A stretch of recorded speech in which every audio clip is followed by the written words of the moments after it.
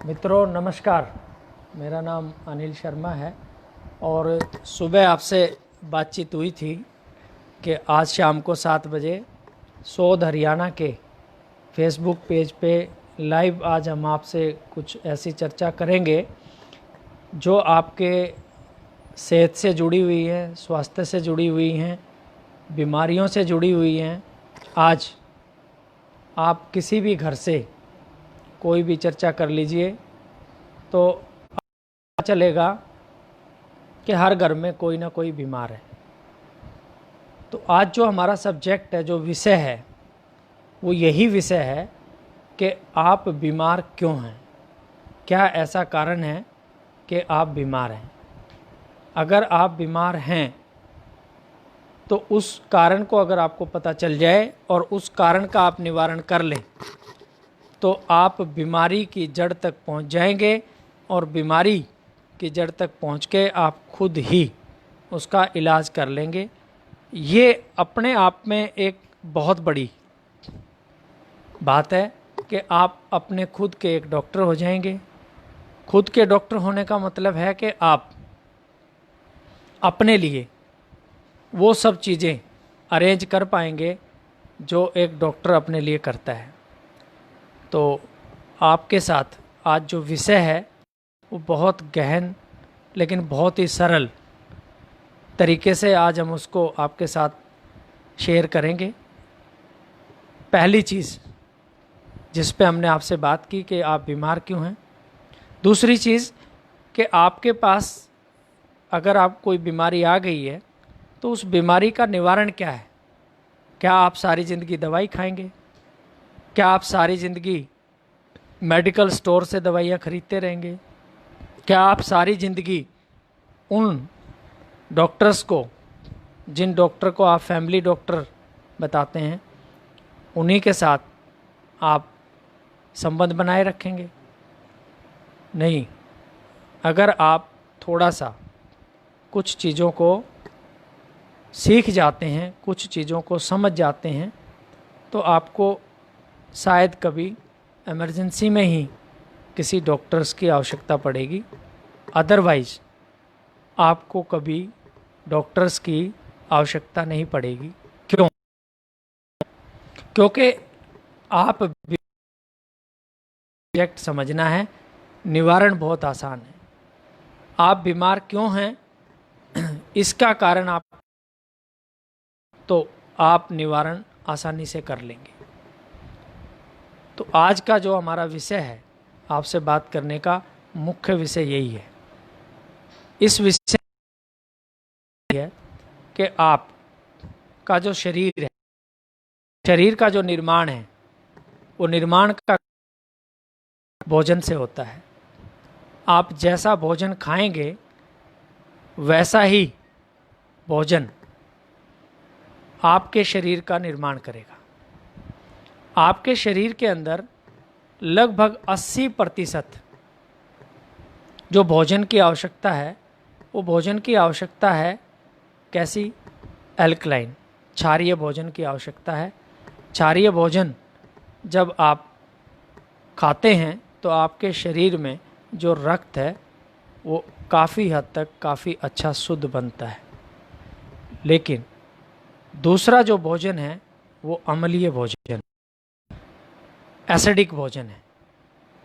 Acidic भोजन और क्षारीय भोजन को आप कैसे पहचानेंगे? कैसे आप उसको अलग अलग कर पाएंगे? कैसे आप उसको समझ पाएंगे? अगर थोड़े शब्दों में आपको समझाया जाए, चीज़ आपने पका दी, अग्नि पे चढ़ा दी, वो सब चीज़ें एसिडिक हो गई। उसका एक उदाहरण ले लेते हैं। जब दूध नहीं पकाते हैं तो वो एल्कलाइन है, लेकिन जब आप दूध को पका देते हैं तो वो वही दूध एसिडिक हो जाता है।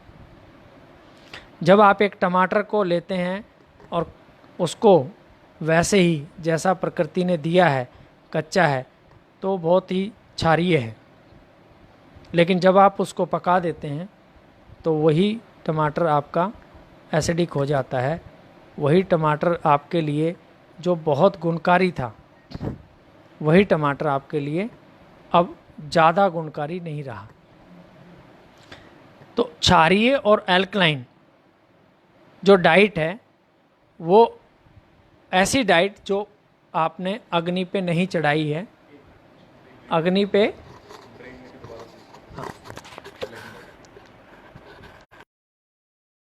दोबारा से क्या करूं?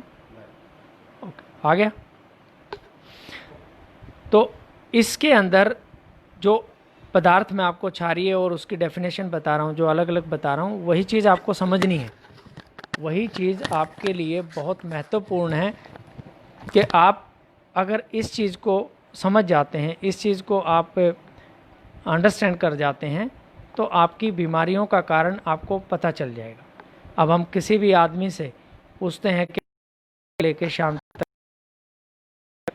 क्रिया बताइए आप क्या क्या खाते हैं, तो सुबह सुबह उठ के क्या बताता है? सुबह सुबह उठ के बताता है कि साहब मैं सुबह उठता हूँ 2-3 गिलास पानी पीता हूँ, उसके बाद फिर एक चाय पीता हूँ। चाय के साथ क्या खाते हो जी?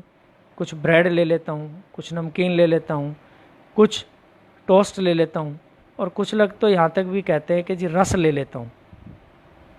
आप बताइए, रस में कहीं रस है? कहीं रस नहीं है। अगर सुबह सुबह आपने जितने ये प्रोडक्ट्स मैंने बोले हैं, लगभग लोग इनको लेते हैं चाय के साथ, नाश्ते के साथ। ये सब इंडस्ट्री फूड है, सब फैक्ट्रियों में बना हुआ, जिसके अंदर वो अपने बचाव के लिए, प्रोडक्ट को स्वादिष्ट बनाने के लिए और लंबे टाइम तक रखने के लिए बहुत सारे केमिकल का इस्तेमाल करते हैं। वो जब इस्तेमाल करते हैं तो वो केमिकल आपके पेट में जाते हैं, और वो भोजन जो आप सुबह सुबह ले रहे हैं वो भोजन कैसा है? वो टोटल भोजन ऐसे हैं कि मैं उसके बाद खाना लेता हूँ, नाश्ता लेता हूँ या लंच लेता हूँ, उसमें भी क्या है? पका हुआ भोजन है। उसके बाद क्या करते हैं जी? फिर मैं चाय पीता हूँ। फिर क्या करते हैं जी? फिर शाम को आके खाना खा लेता हूँ, उसके बाद फिर दूध पी लेता हूँ। तो आप देखिए, अगर इसी तरीके को आप इस लाइव पेज पे आज लाइव सुन रहे हैं, तो आप एक बार अपनी डाइट को कैलकुलेट करिए कि आप सुबह से लेके शाम तक आप क्या खाते हैं, और फिर बताइए। जैसे मैंने आपको पहले बताया कि जो भोजन आपने पका दिया है वो भोजन आपका क्षारीय नहीं रहा, वो एसिडिक हो गया है। तो आप देखिए कि आप कितना भोजन ऐसा है जो आप क्षारीय खा रहे हैं। आपके शरीर को कम से कम 80% क्षारीय की ज़रूरत है। क्यों? क्योंकि आपका मुंह में जो सलाइवा है, लार जो है, वो क्षारीय है। आपके शरीर में आपका ब्लड जो है वो क्षारीय है। आपके शरीर में जो पूरी हड्डियों का जो स्ट्रक्चर है, वो स्ट्रक्चर कैसा है? वो स्ट्रक्चर जो है आपका बोन का है, और बोन में जो बड़ा मिनरल है वो कैल्शियम है, वो क्षारीय है। आपके जो बाइल्स जूस निकलते हैं लीवर से, पेनक्रियाज से, वो क्षारीय हैं। सिर्फ आपके पेट में, स्टमक में एसिड है जो आपके भोजन को पचाने के लिए बहुत ज़रूरी है, जिसको जठर अग्नि कहते हैं। दूसरा आपका यूरिन, मूत्र है, वो एसिडिक है, ताकि आपको कोई बाहर का इन्फेक्शन ना लगे, इसलिए ईश्वर ने ऐसी व्यवस्था कर रखी। ये सारी अगर चीज़ें देखें तो आपके शरीर में लगभग 80% भोजन क्षारीय होना चाहिए। लेकिन क्या आपकी डाइट में ऐसा भोजन है? नहीं है।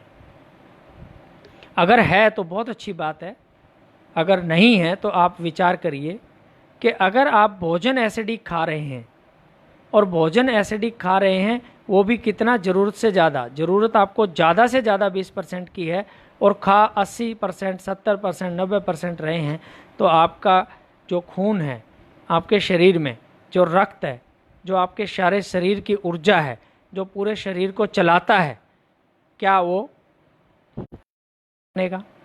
वो 100% एसिडिक बनेगा। लेकिन शरीर में ब्लड एसिडिक नहीं रह सकता। ऐसी भगवान ने एक इमरजेंसी व्यवस्था हमारे शरीर में की है। जब जब ब्लड ज़्यादा एसिडिक होगा, वो बोन से कैल्शियम ले लेगा, और कैल्शियम लेके अपने आप को एल्कलाइन कर लेगा, यानी कि जीवन की रक्षा करेगा। लेकिन ये उधार मांगा गया एक सिस्टम है, इमरजेंसी का सिस्टम है।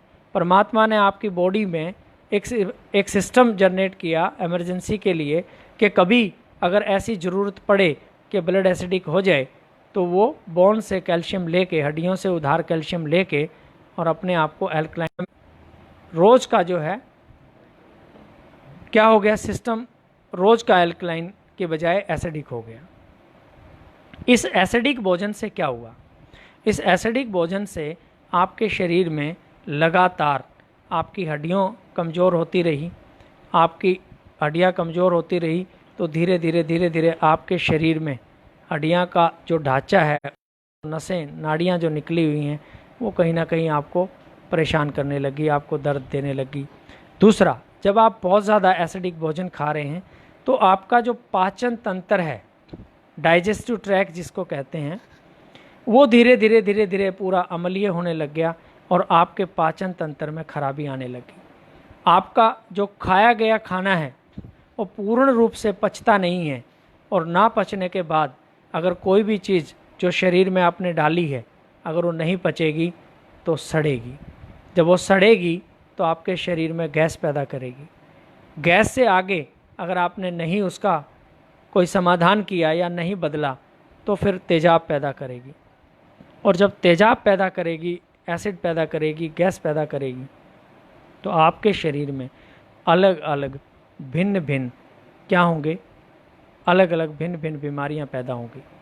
और उन बीमारियों का नाम कुछ भी हो सकता है, जैसे किसी को सर्वाइकल है, किसी को बैक पेन है, किसी को थायराइड है, किसी को शुगर है, किसी को कोलेस्ट्रॉल है, किसी को हार्ट में जो आर्टरीज हैं वो ब्लॉकेज हो गई हैं, किसी को ब्रेन में क्लोट है, किसी को चक्कर आते हैं, किसी को मिर्गी है।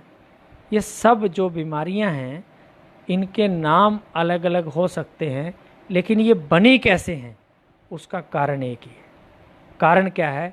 शरीर के अंदर कुछ ऐसे तत्व जिसको आप टॉक्सिन्स कहते हैं वो जमा होने शुरू हो गए। क्यों? क्योंकि आपका भोजन बहुत ज़्यादा एसिडिक था।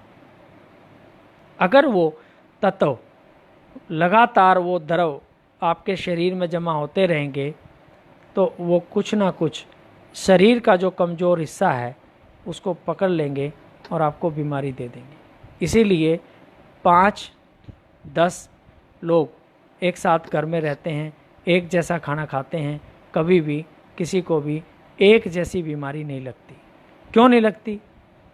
क्योंकि हर आदमी को जब माँ के पेट से गर्भ धारण उसने किया तो हर माँ की परिस्थिति हर आदमी के लिए अलग अलग थी, और कौन सा ऑर्गन माँ के वहाँ से पैदा होते वक्त हमें थोड़ा सा वीक मिला, ये डिपेंड करता है हमारे शरीर की रचना जब हुई उस पर।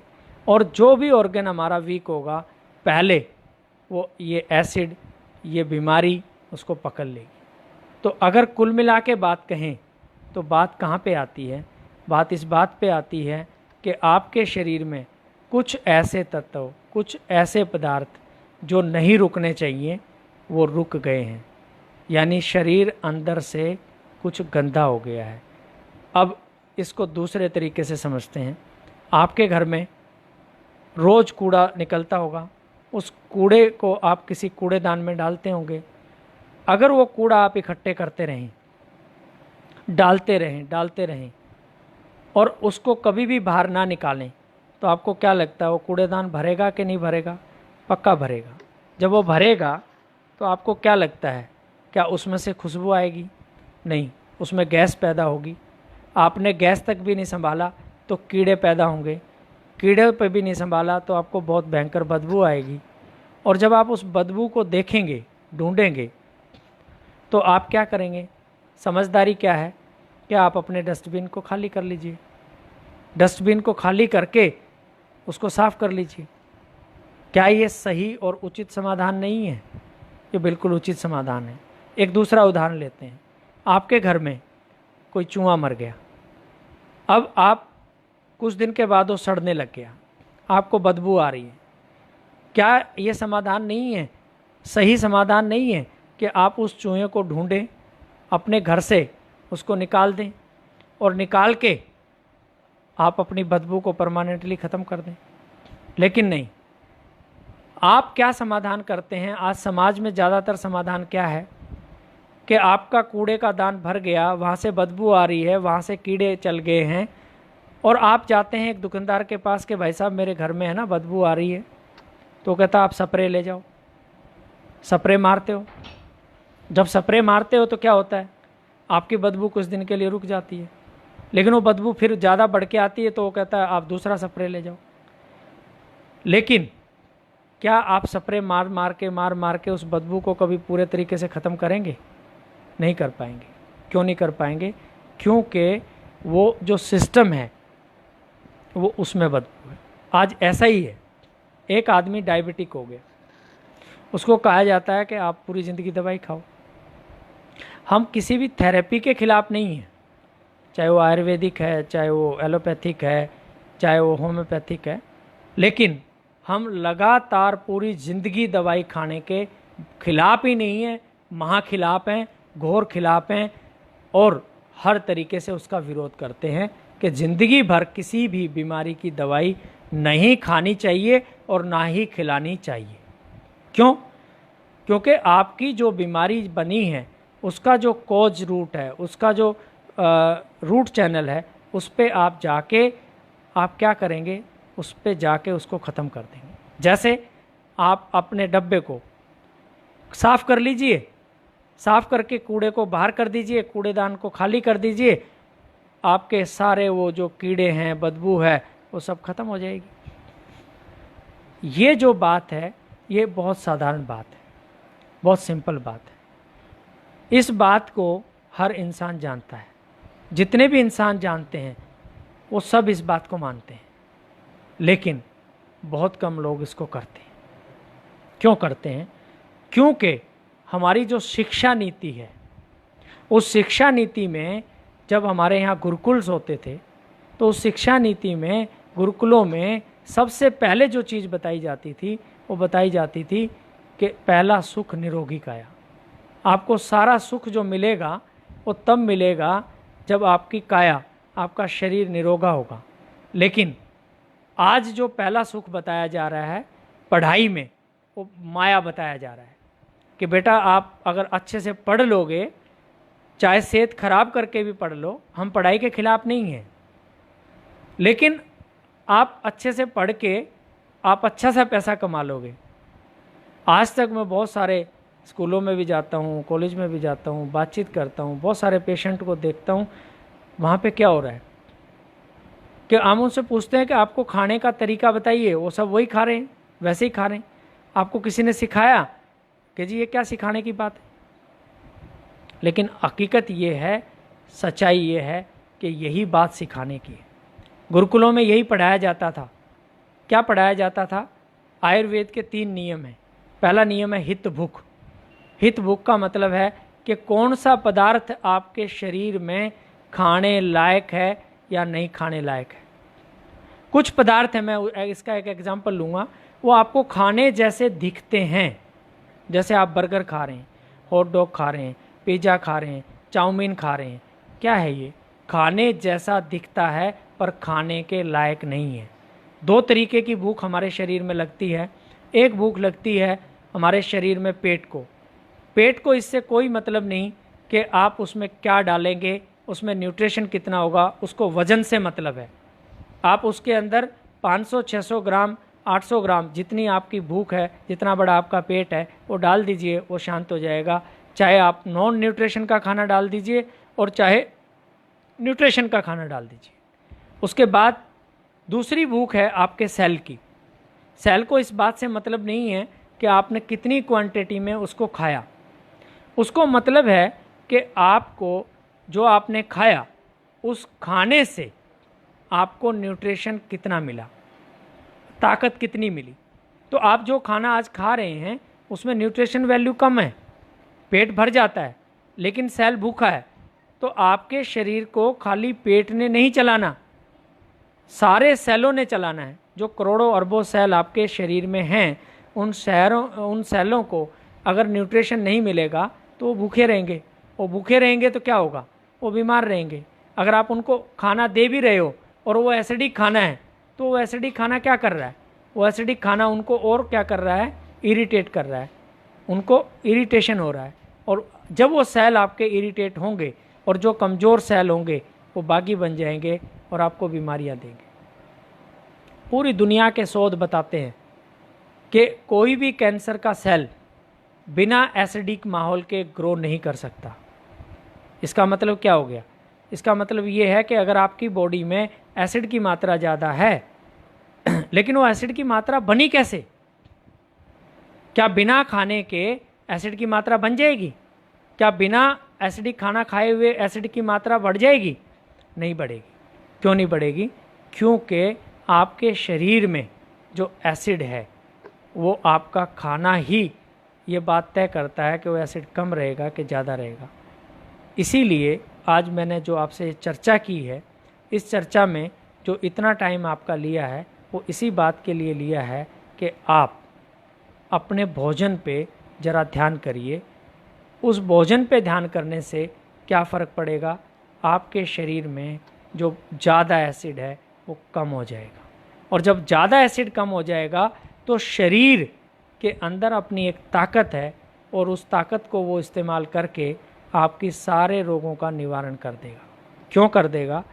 क्योंकि शरीर जानता है कब आपको प्यास लगेगी, कब आपको भूख लगेगी, कब आपको नींद आएगी, कब आपको यूरिन पास करना है, कब आपको स्टूल पास करना है, कब आपको सोना है। ये सब शरीर जानता है। क्यों? क्योंकि आप जो बाहर इलाज करवाते हैं, वो जो इलाज है वो कोई वैद्य करता है, कोई डॉक्टर करता है, लेकिन आपके शरीर के अंदर जो है वो वैद्यनाथ है। वैद्यनाथ भगवान शिव को कहते हैं।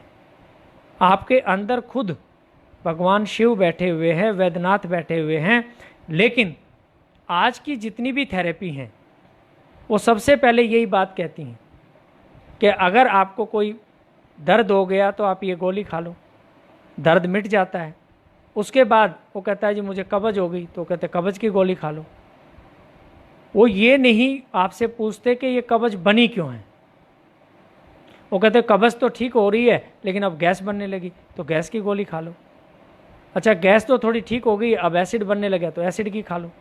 अच्छा, एसिड भी ठीक है, गैस भी ठीक है, अब मुझे रात को नींद नहीं आती, तो आप नींद की गोली खा लो।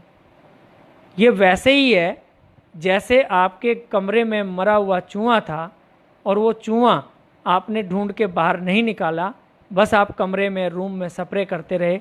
पहले छोटी कंपनी का किया, फिर बड़ी कंपनी का किया, फिर और हाई किया, फिर और हाई किया। लेकिन क्या आपको लगता है कि बार बार स्प्रे करना ही समाधान है? नहीं, बार बार स्प्रे करने की बजाय आप जड़ से एक दिन आपको मेहनत करनी पड़ेगी। सारे घर में चूहे को ढूंढना पड़ेगा और मरे हुए चूहे को बाहर निकाल के बाहर फेंकना पड़ेगा, और आपका घर निर्मल हो जाएगा, स्वच्छ हो जाएगा, बिना बदबू के हो जाएगा। तो ये जो आपका शरीर है ये भी एक मंदिर है, ये भी एक घर है।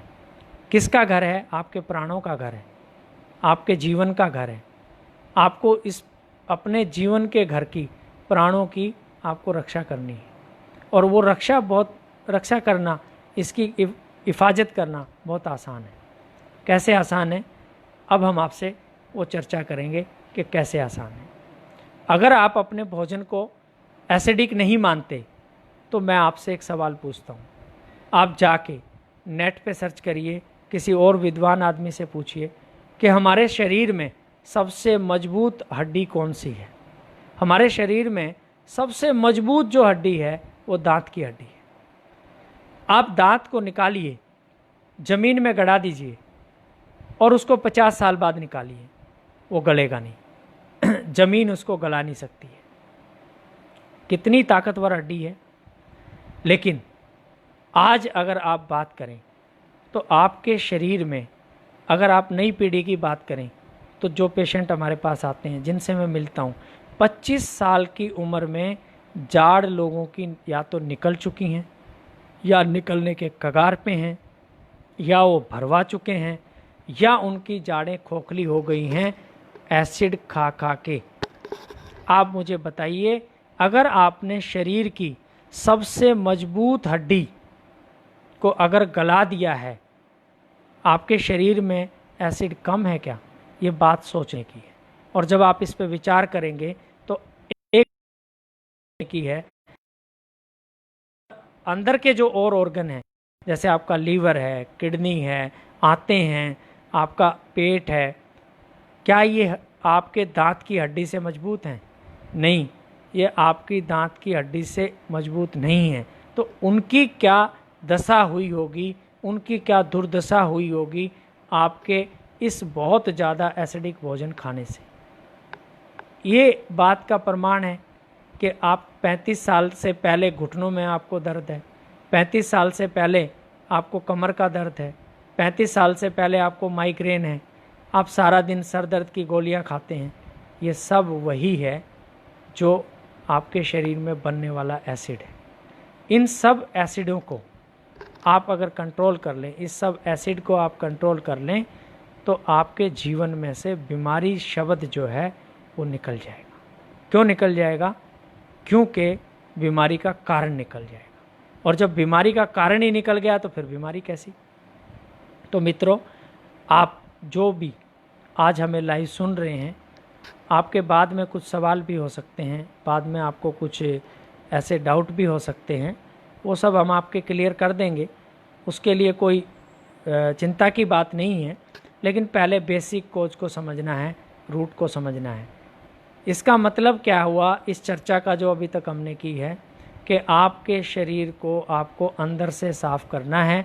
बीमारी का नाम कोई भी हो, वो बीमारी अपने आप शरीर ठीक कर देगा।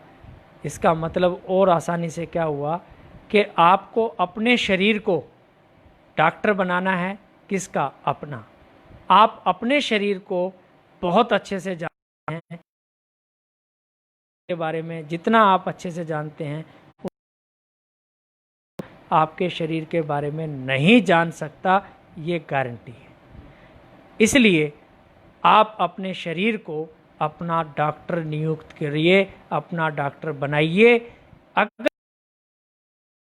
डॉक्टर बनाया तो ये गारंटी है कि वो आपका इलाज पूरी ईमानदारी से करेगा, पूरी निष्ठा से करेगा।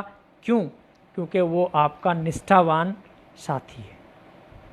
दूसरा, जो आपका भोजन है उसको आप अपनी दवाई बनाइए। अगर आपने अपने भोजन को अपनी दवाई बना लिया तो फिर दुनिया में किसी और दवाई की आपको ज़रूरत नहीं है। क्यों? दवाई से शरीर का निर्माण नहीं होता। दवाई से शरीर का आप मैनेजमेंट कर सकते हैं। शरीर का निर्माण खाने से होता है, भोजन से होता है। और भोजन की गुणवत्ता अगर आपकी समझ में आ जाए तो फिर आपको कोई बीमारी घेर नहीं सकती है। ऐसा मैं इसलिए नहीं कह रहा हूँ कि सिर्फ किताबों में लिखा है। ऐसा मैं इसलिए नहीं कह रहा हूँ कि सिर्फ चंद लोग इस बात को मानते हैं। ऐसा हमारे पास नहीं। पिछले वेद शास्त्रों में, हजारों साल पहले लिखे हुए आचार्यों के ग्रंथों में और आज के मॉडर्न साइंस में भी ये साबित है कि अगर आपका शरीर ज़्यादा एसिडिक रहेगा, आप ज़्यादा एसिडिक भोजन खाएंगे तो आपको पक्का बीमारी तो लगेगी। आज अगर मैं किसी से बात करता हूँ तो बात क्या होती है, हम उससे पूछते हैं कि आप डायबिटिक के पेशेंट हैं, आप ज़रा अपनी डाइट बताइए। वो कहता है जी सुबह उठता हूँ, पहले चाय पीता हूँ, 2 ब्रेड खाता हूँ या 2 बिस्किट खाता हूँ। बिस्किट कहाँ बना, ब्रेड कहाँ बना? फैक्ट्री में। फैक्ट्री का बना हुआ खाना क्या शुद्ध हो सकता है? क्या बिना मसाले का हो सकता है? क्या बिना केमिकल का हो सकता है? नहीं। तो क्या डायरेक्टली वो आपके पेट में नहीं गए? बिल्कुल डायरेक्टली आपके पेट में गए। तो क्या वो एसिड को बढ़ाएंगे क्या घटाएंगे? बढ़ाएंगे। और आप पहले से ही एक ऐसी बीमारी का शिकार हैं जो एसिड बढ़े हुए होने के कारण ही पेनक्रियाज ने ज़्यादा डाइजेस्टिव आपके खाने को ज़्यादा डाइजेस्टिव जूस निकाल के करने की कोशिश की। इसलिए पेनक्रियाज का जो इफ़ेक्ट है वो आपका, या तो उसने इंसुलिन निकालना बंद कर दिया या निकाल रही है तो उसकी क्वालिटी ख़राब होगी। क्यों? क्योंकि आपने उस पर दबाव इतना डाला, इस तरीके से दबाव डाला कि वो डीएक्टिवेट होने पे मजबूर हो गई। और फिर भी आप ऐसा ही खाना खा रहे हैं और या खाते रहेंगे तो कैसे दवाई छूटेगी? नहीं छूट सकती। लेकिन अगर आपने भोजन बदला, तो दवाई पक्का छूट जाएगी, 100% छूट जाएगी। आपने अगर अपने शरीर को अपना डॉक्टर बनाया तो 100% आप दवाइयों से और बीमारी से मुक्त हो जाएंगे और आप एक आज़ाद का ज़िंदगी जी पाएंगे, एक आज़ाद ज़िंदगी जी पाएंगे। आज़ादी, कैसी आज़ादी? आज आप कहते हैं जी मुझे बीपी है, मैं तो ये नहीं खा सकता, मुझे शुगर है, मैं ये नहीं खा सकता। क्यों? क्योंकि आपको पता है कि अगर ये खाऊंगा तो ये सब चीज़ें और ख़राब हो जाएंगी। लेकिन आपने वो सब कब समझा? जब समझा जब आप घिर गए, जब आप किसी ऐसे चैनल में आ गए जहाँ पे आपको परेशानी हुई, यानी कि कहीं पे आपको थोड़ा सा बीमारी आ गई। अच्छा क्या है कि बीमारी से पहले ही हम इलाज कर लें, भोजन को बदल लें, बीमारी से पहले ही उसको कंट्रोल कर लें। लेकिन घबराने की कोई बात नहीं है। अगर बीमारी आ भी गई है तो कोई दिक्कत नहीं, आप उस बीमारी से लड़ सकते हैं, आसानी से लड़ सकते हैं। आपको सिर्फ अपने शरीर को क्या करना है, थोड़ा सा भोजन बदल के उसको एल्कलाइन डाइट देनी है। मैं आशा करता हूँ जितने भी व्यूवर्स, जितने भी दर्शक हमारे साथ जुड़े हुए हैं इस चर्चा में, उनको काफ़ी कुछ ये बात समझ में आ गई होगी कि हमारी बीमारी का जो आधार है वो आधार है हमारा भोजन। जो हम ज़्यादा एसिडिक भोजन कर रहे हैं वो हमारा आधार है। अब इससे कैसे छुटकारा पाएँ, तो जो अगला जो विषय है वो है आहार। हमारा आहार कैसा होना चाहिए? हमारा आहार ऐसा होना चाहिए, कुछ सवाल हैं जो मैं आपके साथ शेयर कर रहा हूँ। इस पूरी प्रकृति में आप देख लीजिए 84 लाख जीव जंतु बताए गए हैं। क्या किसी जीव जंतु के लिए कोई हॉस्पिटल है? सिर्फ इंसान को छोड़ दें तो। क्या किसी जीव जंतु के पास अपना घर है? प्रकृति का बनाया हुआ घर है, आदमी को छोड़ दें तो। क्या इस प्रकृति में 84 लाख जीव जंतु हैं, कोई अपनी माँ के दूध के अलावा किसी और का दूध पीता है क्या? नहीं पीता है। ये 3 काम इंसान करता है। क्या करता है? सबसे पहले आपको प्रकृति ने जब पैदा किया तो आपकी माँ को दूध दिया ताकि आपका पोषण हो सके, ताकि आप उसमें अच्छे से कोई ऐसे लिक्विड भोजन पे ज़िंदा रह सकें और आपकी ग्रोथ हो सके। तो आपकी माँ ने आपको जब दूध पिलाया तो वो दूध में एक प्रोटीन है, केसिन नाम का प्रोटीन है। वो प्रोटीन बहुत स्लो डाइजेस्ट होता है। तो परमात्मा ने सोचा कि इसकी जो ग्रोथ करनी है बच्चे की, वो कैसे करें? ये अगर इसको बहुत हल्का प्रोटीन देंगे तो ग्रोथ नहीं हो पाएगी, ज़्यादा हैवी देंगे तो ये हजम नहीं कर पाएगा। तो रेनिन नाम का एक केमिकल उसके पेट में पैदा किया।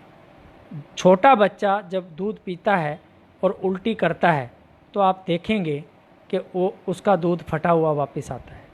इसका मतलब क्या है कि जैसे ही दूध अंदर गया उस रेनिन ने उसको फाड़ दिया, उस केमिकल ने उसको फाड़ दिया और वो दूध हल्का हो गया।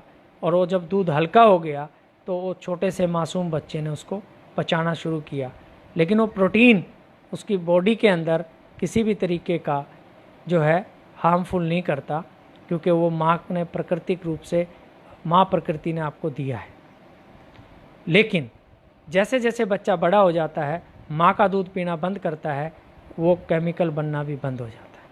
और जैसे ही वो बंद होता है, आप किसी बड़े आदमी को दूध पिलाइए, दूध पिला के आप उसको तुरंत उल्टी करवाइए, बिना फटा हुआ दूध बाहर आएगा। इसका मतलब क्या है? आपके पेट में जाके दूध नहीं फटता, यानी कि वो हमारे पेट को वैसा ही पचाना पड़ेगा जैसा आपने डाला है। लेकिन आप पचा सकते हैं। अगर आप हल चलाते हैं तो आप पचा सकते हैं। अगर आप कस्सी फावड़ा चलाते हैं तो आप पचा सकते हैं।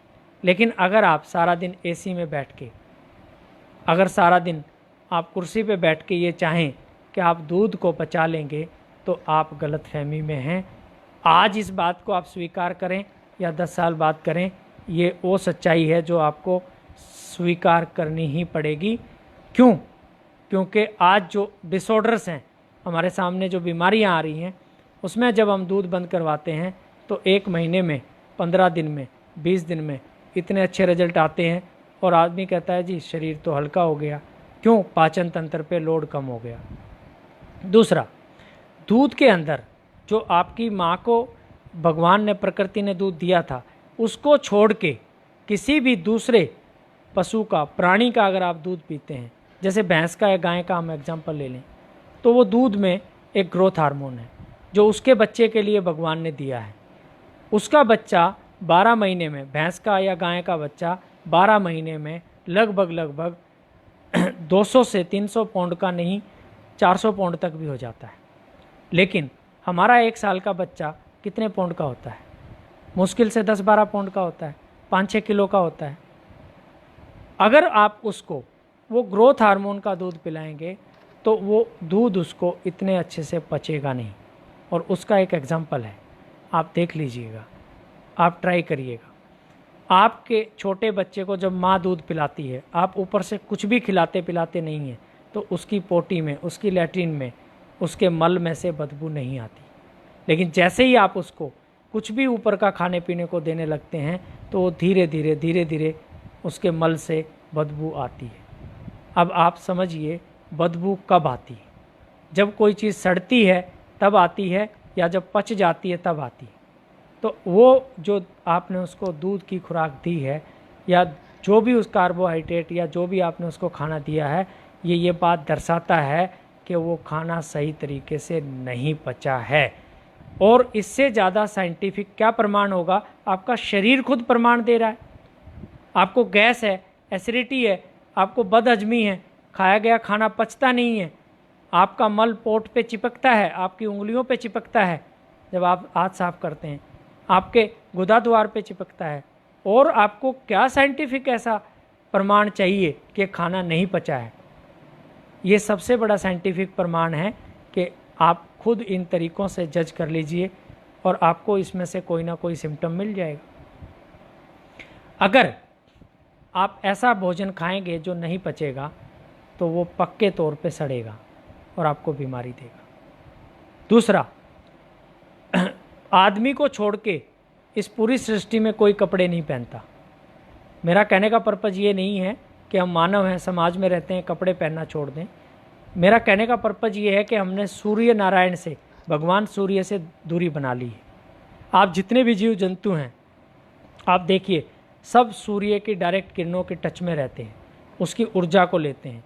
हमारे शास्त्रों में, ग्रंथों में, सब जगह लिखा है, हर एक धर्म ग्रंथ में लिखा है कि सूर्य जो है वो भगवान है। भगवान का मतलब क्या है? जो हमें देता है। आप 10 दिन अगर सूरज ना निकले, सर्दियों में आप देखते हैं तो क्या होता है? 10 दिन सूरज नहीं निकलता तो आपका कपड़े, आपके बर्तन, आपके घर में भी सीलन जैसा महसूस होता है और कहीं कहीं तो बदबू भी आती है। आप कहते हैं सूरज नहीं निकला, 10 दिन से धूप नहीं आई हुई है, ये बदबू हो गई है, वो बदबू हो गई है। इसका मतलब क्या है? इसका मतलब है कि आपके शरीर में भी अगर आपने धूप नहीं लगाई तो आपके शरीर में भी पाचन क्रिया में बाधा पड़ेगी और आपके शरीर में भी बदबू हो जाएगी, क्योंकि पाचन तंत्र ठीक से नहीं चलेगा। तो आप सूरज की रोशनी में कुछ भी काम करते हैं, आपकी लाइफस्टाइल बिजी हो सकता है, कोई दिक्कत नहीं। 15-20 मिनट सुबह की धूप, सुबह की नहीं मिले तो शाम की धूप, शाम की नहीं मिले तो दोपहर की धूप, कोशिश करिए 15-20 मिनट से लेके आधा घंटे तक धूप लें। अगर सुबह की धूप लेते हैं तो धूप बहुत अच्छी होती है, क्योंकि उस टाइम पे सूर्य नारायण निकल रहे होते हैं। आपको वो सिर्फ आप अपनी ऊर्जा देंगे, अपनी रोशनी देंगे, बहुत ज़्यादा गर्मी नहीं देंगे। लेकिन अगर दिन में लेनी पड़े तो आप सिर को ढक के धूप लीजिएगा, बाकी शरीर पे लगने दीजिएगा, और ये एक बीमारी को ठीक करने का बहुत ही ज़्यादा आसान और बढ़िया तरीका है।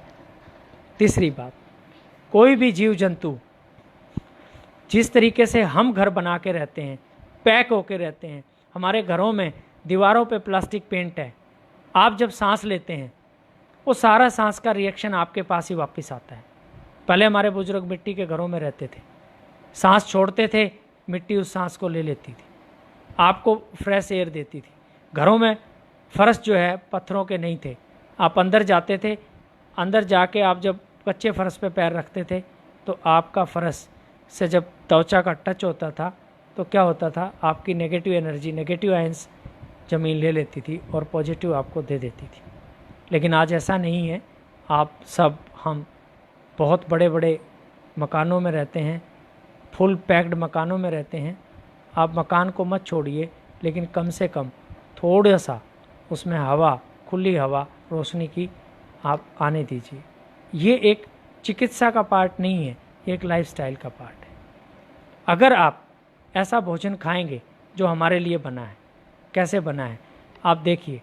जो भी चीज़ आप खा रहे हैं, जैसे मैं एक उदाहरण लेता हूँ, आपने सेब को देखा, आपने संतरे को देखा, आपने टमाटर को देखा, आपने अंगूर को देखा।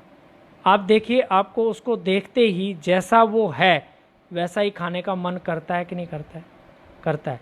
लेकिन अगर मैं आपको सूखी दालें दे दूं, अगर मैं आपको कच्चा मीट दे दूं, या आप कच्चे मीट को देखें, आप सूखी दालों को देखें, सूखी अनाज को देखें, तो क्या एज इट इज़ उसको आपको खाने का मन करेगा?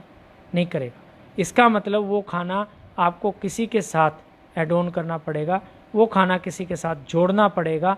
जोड़ने के बाद आप उसको खा सकते हैं, यानी कि सहारा लेना पड़ेगा।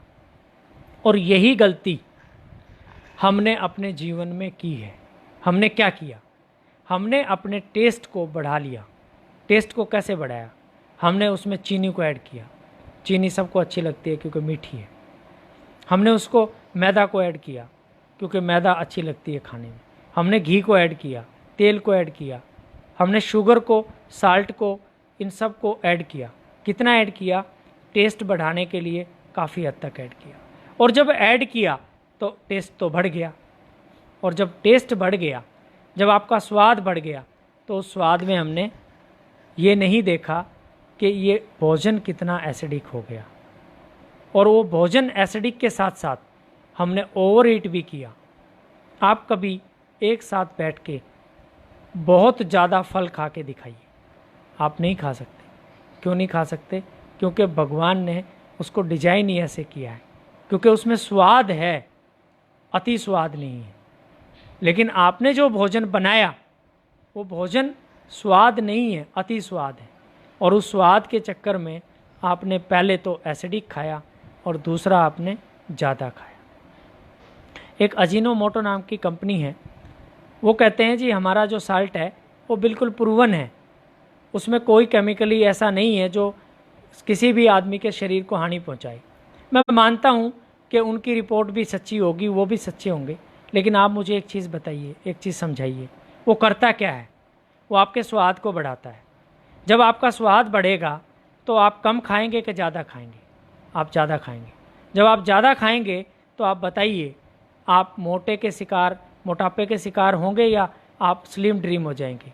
आप वो खाना पहले तो एसिडिक है, जिस पे मैं इतनी देर से चर्चा कर रहा हूँ, पहली चीज़। और दूसरी चीज़, आप उसको ज़्यादा खा रहे हैं क्योंकि वो टेस्टी है।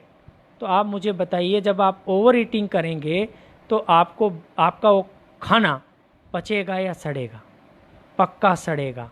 साइंस नहीं, परमात्मा भी अगर नीचे आ जाए और आप ज़्यादा खाना खाएं और आपको आशीर्वाद दे, तो वो भी आशीर्वाद ये नहीं दे सकता कि पूरा खाना पच जाए।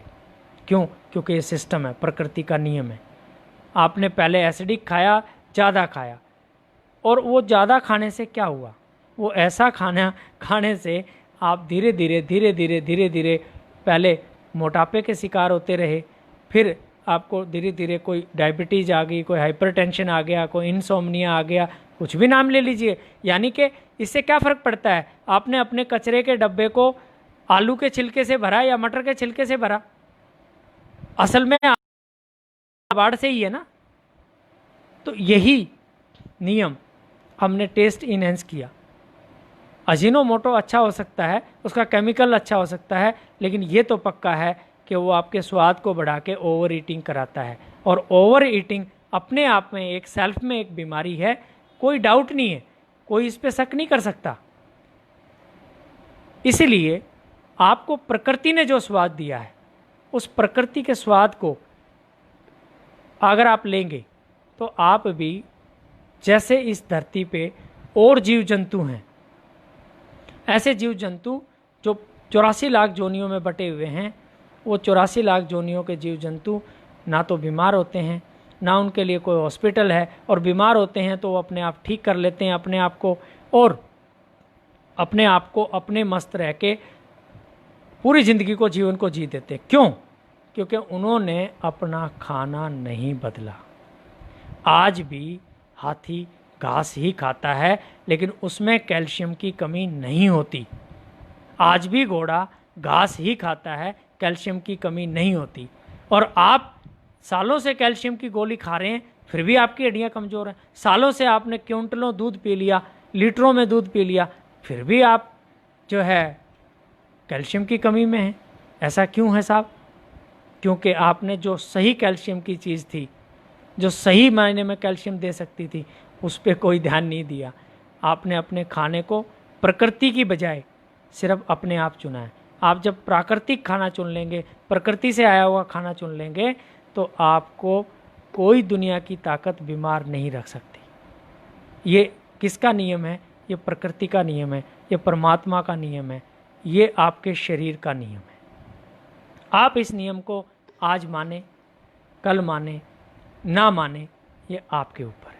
लेकिन अगर आपको बीमारी हो गई है तो ये पक्का है कि आपको ये प्रकृति का नियम आज नहीं तो कल मानना पड़ेगा, नहीं तो दवाइयों के साथ ही ज़िंदगी को आगे सरकाना पड़ेगा। सरकाना इसलिए कह रहा हूँ क्योंकि बीमार आदमी की कोई ज़िंदगी नहीं होती, उसको कोई टेस्ट नहीं होता। मेरे पास बहुत सारे लोग आते हैं, कहते हैं साहब इससे बढ़िया तो मर ही जाएं। तो आज जो मेडिकल साइंस है वो आपको मरने नहीं देगी, वो धीरे धीरे दवाइयाँ खिला के आपको तड़पाती रहेगी। आपको अगर इस तड़पन से बचना है तो आपको अपना भोजन बदलना ही पड़ेगा, कोई इसमें शक नहीं है। ये कोई भी किसी भी तरीके से डाउट वाली बात नहीं। अब हम चर्चा करते हैं आपकी बीमारियों की। आपको कौन सा भोजन लेना चाहिए, कब लेना चाहिए, कितना लेना चाहिए, क्यों लेना चाहिए, इस पे हम चर्चा करते हैं। और इस चर्चा से आपको ये समझ में आ जाएगा कि आप कहाँ गलती कर रहे हैं। देखिए, हमने इसमें 3 कॉन्सेप्ट को एक साथ मिलाया है। सबसे पहले आयुर्वेद में बताया है कि अगर आपका शरीर व्याधि में हो, यानी अगर आपको आपका शरीर किसी भी तरीके से तकलीफ में दे रहा है, तो लंघनम परमोस्तम, यानी कि आप व्रत, लंघन का मतलब व्रत होता है, व्रत का मतलब है आप फास्टिंग कर लें। कैसी फास्टिंग, कितनी फास्टिंग, कब तक की, सब लंबी फास्ट को रखनी चाहिए किसी की सलाह पे, और ना हम आपको सलाह देंगे। करनी है किसी निर्देश के अंडर में करिए, लेकिन 12 घंटे से लेके 14 घंटे की फास्टिंग रोज रात को आप कर। इसमें किसी की आपको बहुत ज़्यादा एडवाइस की ज़रूरत नहीं है। मान लीजिए आपने 7 बजे रात को खाना खाया है, तो सुबह 7 बजे तक कुछ भी खाना पीना नहीं है। आप बोलेंगे अगर प्यास लगे तो थोड़ा पानी पीना है। थोड़ा इसलिए कह रहे हैं कि धीरे धीरे जब आप एसिडिक डाइट से एल्कलाइन डाइट पे आएंगे तो उसकी भी आपका शरीर ज़्यादा डिमांड नहीं करेगा। लेकिन प्यास लगती है तो पीना है, नहीं प्यास लगती तो नहीं पीना है, क्योंकि वो ब्रेन को मैसेज होगा, वो आपकी प्यास को भूख। 7 बजे से 7 बजे तक 12 घंटे होते हैं। अगर आप 9 बजे तक रुक जाएं तो बहुत अच्छा होगा, 14 घंटे की फास्टिंग हो जाएगी। लेकिन नहीं रुक पाएँ तो कोई दिक्कत नहीं है, 12 घंटे की फास्टिंग आप कर सकते हैं। और 12 घंटे की फास्टिंग के बाद जब आप उस फास्टिंग को ब्रेक करें, तोड़ें, जब उस व्रत को खोलें, तो आपको कोई ना कोई एल्कलाइन प्रोडक्ट लेना है। एल्कलाइन का मतलब क्षारीय, ऐसा क्षारीय जो आपके शरीर के अंदर जाते के साथ ही आपके ब्लड में घुलना शुरू हो जाए और ब्लड को साफ़ कर दे, दूषित ब्लड को साफ़ कर दे, झाड़ू लगा दे। और ऐसे एल्कलाइन प्रोडक्ट कौन से हैं? सबसे पहले सफ़ेद पेठा आता है, बहुत गुणकारी है। इतने गुण हैं, उसका अगर बखान किया जाए तो एक वीडियो अलग से ही बनेगी। उसके अंदर नेचुरल स्टेरॉइड्स हैं। अब स्टेरॉइड का नाम सुन के आप सोचोगे साहब ये तो गलत चीज़ है। हाँ, अगर आप केमिकल के बने हुए स्टेरॉइड लेते हैं तो नो डाउट वो गलत हैं। हर एक फल और सब्जी में थोड़ा थोड़ा स्टेरॉइड होता है, वो प्रकृति की तरफ से दिया हुआ होता है और वो आपको यहाँ भी मिलेगा। लेकिन पेठे में कुछ ज़्यादा होता है, भरपूर मात्रा में वो एल्कलाइन है। उसका पीएच 8 से लेके 9 के बीच में होता है, उसका पीएच 8 से 9 के बीच में होता है तो हाईली एल्कलाइन है। दूसरा, उसके अंदर कुदरती बहुत सारे मिनरल्स हैं, इतने मिनरल्स हैं, आपको उसमें कैल्शियम भी मिलेगा, मैग्नीशियम भी मिलेगा, सब मिलेंगे जिनके नाम आप जानते हैं। दूसरे नंबर पे अगर वो आपको उपलब्ध ना हो, वैसे वो लगभग हर एक शहर में जो पेठे की मिठाई बनाते हैं उनके पास आपको अक्सर मिल जाएगा, और लगभग हर एक शहर में आगरे के पेठे के नाम से पेठे की मिठाई बनती होगी, वो आप वहाँ से ले लें। लेकिन नहीं मिले तो आप खीरे का जूस ले लें, अगर खीरा भी नहीं मिले तो घिया का जूस ले लें। लेकिन घिया, लौकी, जिसको लौकी कहते हैं, उसमें आपने एक प्रिकॉशन लेना है। प्रिकॉशन ये लेना है, आपको समझदारी ये करनी है कि उसको पहले काट के चखना है। अगर वो काट के आप चखते हैं और कड़वी निकलती है तो उस घिया को फेंक दीजिए, क्योंकि उसमें इन्फेक्शन बहुत जल्दी और ज़्यादा हो जाता है। अगर घिया मीठी है तो ही उसकी सब्जी या जूस बनाना है। अगर घिया ख़राब है तो आपको ना उसकी सब्जी बनानी है कड़वी घिया की, ना आपको उसका जूस बनाना है। दूसरा, अगर आपको वो भी ना मिले तो टमाटर पालक का जूस लीजिए, पालक भी ना हो तो टमाटर का जूस ले लीजिए, वो भी ना हो तो आप किसी भी और चीज़ का जो आपको कच्ची लगती है और उसमें जूस निकल सकता है, जैसे आप सारे पत्ते, धनिया है, पुदीना है, आम का पत्ता है, बड़ का पत्ता है, पीपल का पत्ता है, शीशम का पत्ता है, इन सब पत्तों को इकट्ठा करिए, इन सब पत्तों को धोइए, धो के मिक्सी में डालिए, थोड़ा पानी डालिए, पानी डाल के उसका जूस निकालिए, कपड़े से छान लीजिए, वो आपकी मिक्सी में एक लुगदी जैसी बन जाएगी और उसको छान के आप पी लीजिए। बहुत गाढ़ा नहीं पीना है, उसमें थोड़ा पानी मिला लीजिए। ये सब आपको खीरा हो सकता है महंगा लगे, आपको टमाटर महंगा लगे, आपको सफ़ेद पेठा महंगा लगे, नारियल महंगा लगे, लेकिन पत्ते तो प्रकृति ने हर एक जगह दिए हुए हैं, फ्री में दिए हुए हैं। कोई पेड़ आपको मना नहीं करेगा तोड़ने से। अगर आप गरीब भी हैं, गांव में भी रहते हैं, तो इस काम को आप कर सकते हैं। आपके पास मिक्सी नहीं है तो आपके पास कुंडी सोटा होगा, उससे रगड़ लीजिए। आपके पास सिलबट्टा होगा, जैसे आप चटनी बनाते हैं उस तरीके से चटनी बना लीजिए। समाधान है। आप कहेंगे जी मुझे पेठे का जूस निकालना है, मेरे पास तो मिक्सी नहीं है, तो घिया कस होगा, आप उसमें घिया कस में कस लीजिए, कस के उसका रस निकाल लीजिए, और रस निकाल के आप उसको क्या करेंगे, छान के पी लीजिए। खीरे का, घिया का, टमाटर पालक का, जो भी आपको मिले, आसानी से मिले, कोई बहुत भागदौड़ नहीं करनी है, ये पीजिए, ये सब एल्कलाइन है। सफ़ेद पेठा मिले बहुत बढ़िया है, नहीं मिले तो अल्टरनेट मैंने बताए हैं, उसको आप लीजिए। अगर आपके पास अच्छे पैसे हैं, आप खर्च कर सकते हैं, तो नारियल पानी पीजिए। अगर आपको पेठा नहीं मिलता है, आपको आसानी नहीं है, आप बाहर रहते हैं, बना नहीं सकते हैं, तो नारियल पानी पी लो, वो भी एक समाधान है। प्रकृति की दी हुई सबसे बड़ी गिफ्ट है मनुष्य को। अभी तक उसमें कोई पेस्टिसाइड भी नहीं घुसा है, अभी तक कोई हर्बिसाइड भी उस पर नहीं छिड़का गया है, अभी तक वो मानव की जितनी दुर्दशा मानव कर सकता है किसी प्रोडक्ट की, वो उन सब दुर्दशाओं से बचा हुआ है। उसके बाद जब आपने ब्रेकफास्ट कर लिया तो कम से कम 1.5 से 2 घंटे का आप अपने शरीर को, अपने पाचन तंत्र को समय दें, ताकि वो आपके शरीर के अंदर जो आपने एल्कलाइन प्रोडक्ट डाला है वो उसको आराम से पाचन करे, और पाचन करके वो आपके शरीर के अंदर जो गंदगी है, जो सफाई का काम है, वो शुरू करे। उसके बाद आपको अगर भूख लगे तो फल खाने हैं। कौन से फल खाने हैं? जो सबसे ज़्यादा सस्ते फल हों, क्योंकि सस्ता फल ही सीज़न का हो सकता है, सस्ता फल ही आपको फ़ायदा करेगा, क्योंकि उस मौसम में वही है। जैसे अभी जो मौसम चल रहा है, आप तरबूज खा सकते हैं, खरबूजा खा सकते हैं, और अगर आप दूसरा फल भी खाना चाहें तो वो भी खा सकते हैं। लेकिन आप बहुत सारे फल एक साथ काट के मिक्स करके ना खाएं।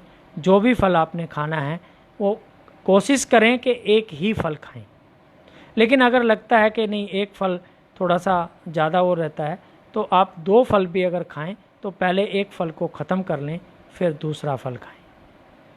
उसके 2 घंटे बाद, 1.5 घंटे बाद नियम क्या कहता है कि अगर आपको भूख लगे तो खाएं, प्यास लगे तो पिएं। उसके 1.5-2 घंटे बाद अगर आपको भूख लगती है तो आप सलाद खाएं। सलाद में क्या हो सकता है, जैसे इस मौसम में ककड़ी आई हुई है, खीरा आया हुआ है, आप प्याज काट सकते हैं, टमाटर काट सकते हैं, आप जो शिमला मिर्च है वो काट सकते हैं, आप भिंडी काट सकते हैं, आप थोड़ा टिंडा काट सकते हैं, आप घिया काट सकते हैं, लौकी काट सकते हैं, ये सब काट के, तोरी काट सकते हैं, और ये काटिए, ये हम काट के खाते हैं। बहुत छोटे छोटे काटिए, काट के मिक्स करिए, और ऊपर से कच्चा नारियल गिरी, जो गोला गिरी कहते हैं, उसको कद्दूकस कर लीजिए, थोड़े से रात को भिगो दीजिए या सुबह भिगो दीजिए, किशमिश उसमें मिला लीजिए। आप जब उस सलाद को खाएंगे तो उस सलाद का जो टेस्ट होगा, उस सलाद का जो आपको मज़ा आएगा, वो एक ऐसा मज़ा होगा आपको याद रहेगा, यानी टेस्टी होगा। क्यों? क्योंकि अगर आपको ज़्यादा मज़ा नहीं आएगा खाने में तो आप उसे अच्छे से पचा भी नहीं पाएंगे। उसके बाद आपको फिर भूख लगती है तो आप क्या करेंगे? आप कच्चे नारियल की गिरी खा लीजिए। कच्चे नारियल की गिरी में आपको सब कुछ मिल जाएगा। क्या मिलेगा? उसमें आपको कार्बोहाइड्रेट मिलेगा, उसमें आपको फैट मिलेगा, उसमें आपको विटामिन मिनरल मिलेंगे, आपको प्रचुर मात्रा में फाइबर मिलेगा। एक ऐसा फाइबर जो बहुत अच्छी क्वालिटी का है और आपको भूख भी कम लगेगी। उसके बाद शाम को आप 1 वक्त की रोटी खा लीजिए, और 1 वक्त की रोटी खा के आप सो जाइए। आपको जो भी खाना खाना है, जो भी आपके यहाँ नॉर्मल खाना बनता है, लेकिन अगर आप बीमार नहीं हैं तो आप आलू, दाल और चावल खा सकते हैं। और अगर बीमार नहीं होना चाहते और अगर बीमार हैं तो आलू, दाल और चावल को छोड़ दीजिए, अगर आपकी उम्र 25 साल से ज़्यादा है तो। क्यों? क्योंकि 25 साल तक शरीर का निर्माण होता है, और निर्माण में आपको ज़्यादा कार्बोहाइड्रेट, ज़्यादा फैट और ज़्यादा प्रोटीन की ज़रूरत पड़ती है। लेकिन जब आपके शरीर का निर्माण हो जाता है 25 साल तक, तो आपको ना इतना कार्बोहाइड्रेट चाहिए, ना आपको इतना फैट चाहिए, ना इतना प्रोटीन चाहिए। क्यों नहीं चाहिए? क्योंकि वो प्रोटीन, कार्बोहाइड्रेट, फैट अब सिर्फ आपकी मेंटेनेंस के लिए चाहिए, शरीर में जो टूट फूट होती है उसके लिए चाहिए। और उतना आप जब 1 वक्त खाना खाएंगे तो बड़ी आसानी से मिलता है, कोई भी चीज़ की, किसी भी चीज़ की डेफिशिएंसी नहीं होती। ऐसा मेरा खुद के शरीर पे पूरा शोध है, दूसरों पे तो है ही है, लेकिन मेरे खुद के शरीर पे ऐसा मेरा शोध है कि आपके अंदर कोई डेफिशिएंसी नहीं रहेगी। अगर आप बीमार हैं और बीमार नहीं होना चाहते तो आलू इसलिए छोड़ दीजिए कि स्टार्च बहुत है। हाँ, अगर आप कस्सी का काम करते हैं, फावड़ा चलाते हैं, दिन भर मजदूरी करते हैं तो आप खा लीजिए। अगर आप ये नहीं करते हैं तो आलू में स्टार्च है, पचा नहीं पाएंगे। चावल इसलिए नहीं खाना क्योंकि उसमें फाइबर नहीं है। चावल दुनिया का सबसे लेस फाइबर खाना है, और हमारे नॉर्थ इंडिया में तो ना तो ये आज से 50 साल पहले उगाया जाता था और ना ही खाया जाता था, लेकिन अब उगाया भी जाता है और खाया भी जाता है। ये बदकिस्मती है। और तीसरा, दाल। दालों में प्रोटीन होता है। अगर आप मेहनत का काम करते हैं, दोबारा से मैं ये बात आपको रिपीट कर रहा हूँ, तो आप दालें खा लीजिए। लेकिन अगर आप नहीं मेहनत का काम करते हैं, मेहनत का मतलब कस्सी चलाना है, हल चलाना है, मेहनत का काम ऐसा नहीं है कि आप झाड़ू पोछा वाले को कहें कि जी ये मेहनत कर रहा है, तो आप उसको नहीं पचा पाएंगे, और नहीं पचाने में आपके पेट में गया हुआ भोजन सड़ेगा। किसी ने मुझसे एक सवाल पूछा था कि कौन सा भोजन सबसे अच्छा, तो सबसे अच्छा भोजन जो आप पचा लें।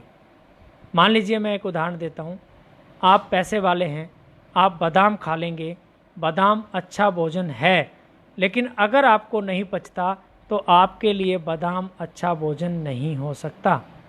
लेकिन एक आदमी है जिसका पाचन बहुत अच्छा है और वो मूंगफली पचा लेता है, बहुत अच्छे से पचा लेता है, तो मूंगफली बादाम से 10 गुना सस्ती हैं, लेकिन अच्छी हैं क्योंकि वो पच गई।